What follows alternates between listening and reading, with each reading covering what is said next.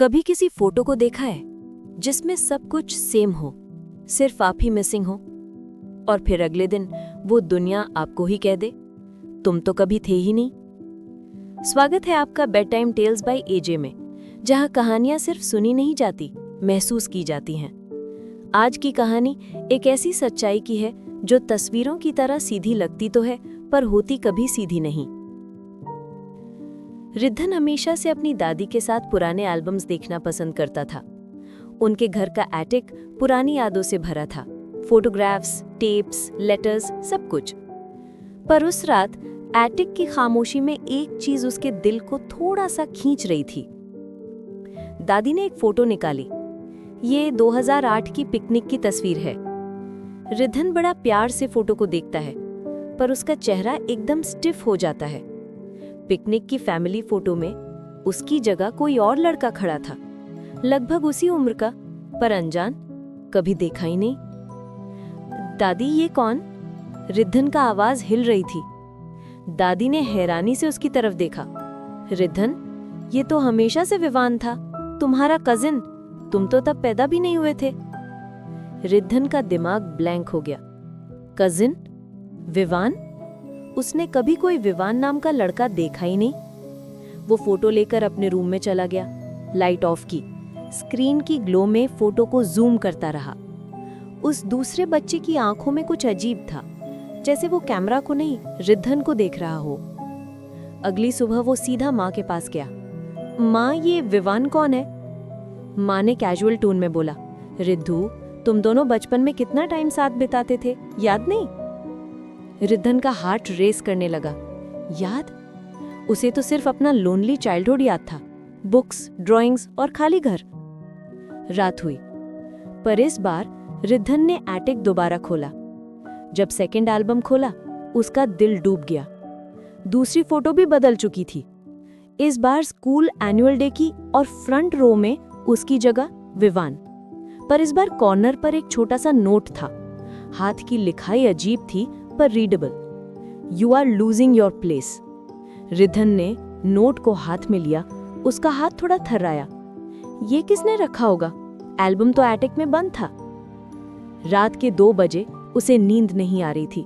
वो फोन के फ्लैश के साथ एल्बम स्कैन कर रहा था। तभी कुछ क्लिक किया। एटिक के कोने में एक पुराना ट्रंक, पहले कभी नोटिस ही नहीं किया। उसने ट्रंक खोला। अंदर सिर्फ एक ही फोटो थी, एक फैमिली पोर्ट्रेट। सब लोग, माँ, पापा, दादी और बीच में विवान। पर इस फोटो में रिद्धन कहीं नहीं था। पीछे एक और नोट चिपका था, return to your real place before it replaces you completely. उसके बॉडी को जैसे करंट लगा। कौन रिप्लेस कर रहा है? क्या रिप्लेस हो रहा है? तस्वीर या वो खुद? इस रात रिद्धन ने डिसाइड किया कि वो विवान का नाम गूगल करेगा। पर जब सर्च किया, no results for Vivaan plus family name. ना सोशल मीडिया, ना स्कूल रिकॉर्ड्स, कुछ भी नहीं। जब वो बैक बटन दबाने लगा, स्क्रीन 1 सेकंड के लिए ग्लिच हुई और एक लाइन आई, you shouldn't have looked for me. Riddhan ने फोन गिरा दिया। रूम की लाइट फ्लिकर हुई। एयर कंडीशनर की हवा ठंडी से ज्यादा बोझ लग रही थी। तभी उसने कबर्ड के नीचे एक शैडो मूवमेंट देखी, छोटी, लीन, बिल्कुल उस बच्चे जैसी, तस्वीर वाली। शैडो धीरे से स्ट्रेच हुई, जैसे कोई क्रॉल करके बाहर निकलने की कोशिश कर रहा हो। रिद्धन पीछे हट गया। कौन है वहां? कबर्ड के नीचे से एक आवाज आई, हल्की पर सीधा उसके कान के अंदर, यू टुक माई प्लेस। रिद्धन का सांस रुक गया। ये विवान की आवाज थी। शैडो धीरे से शेप लेने लगी, एक छोटे लड़के की, वैसे ही कपड़े, वैसे ही फेस, बिल्कुल फोटो वाला। रिद्धन दीवार से लग गया। मैं कैसे? मैं कौन हूं? शैडो विवान ने सिर झुकाया। वो आधा अंधेरे में, आधा रियलिटी में था। मैंने ये घर कभी छोड़ा नहीं, पर तुम आ गए और सब तुम्हें याद करने लगे। रिद्धन की आंखों से आंसू निकलने लगे। तुम्हें कोई क्यों भूल जाएगा? शैडो ने धीरे से कहा, फोटोज डिसोबीडियंट नहीं होती, वो हमेशा असली चीज दिखाती हैं।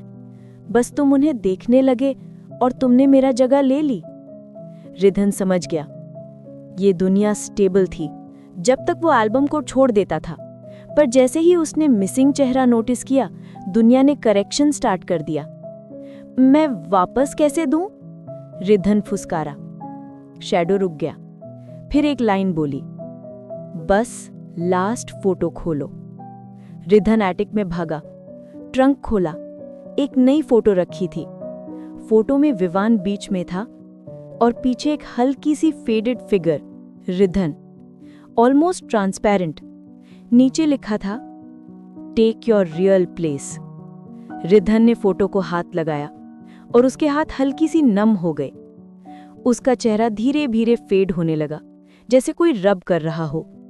नीचे से एक आवाज आई विवान की, स्टॉप रेजिस्टिंग।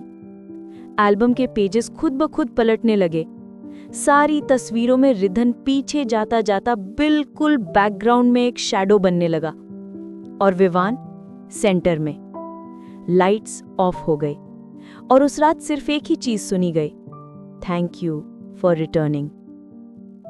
ये कहानी हमें ये याद दिलाती है कि तस्वीरें कभी झूठ नहीं बोलती, बस हम देखना देर से शुरू करते हैं। अगर आपको कहानी पसंद आई हो तो bedtime tales by AJ को जरूर फॉलो करें। अगली रात एक और कहानी लेकर मिलते हैं।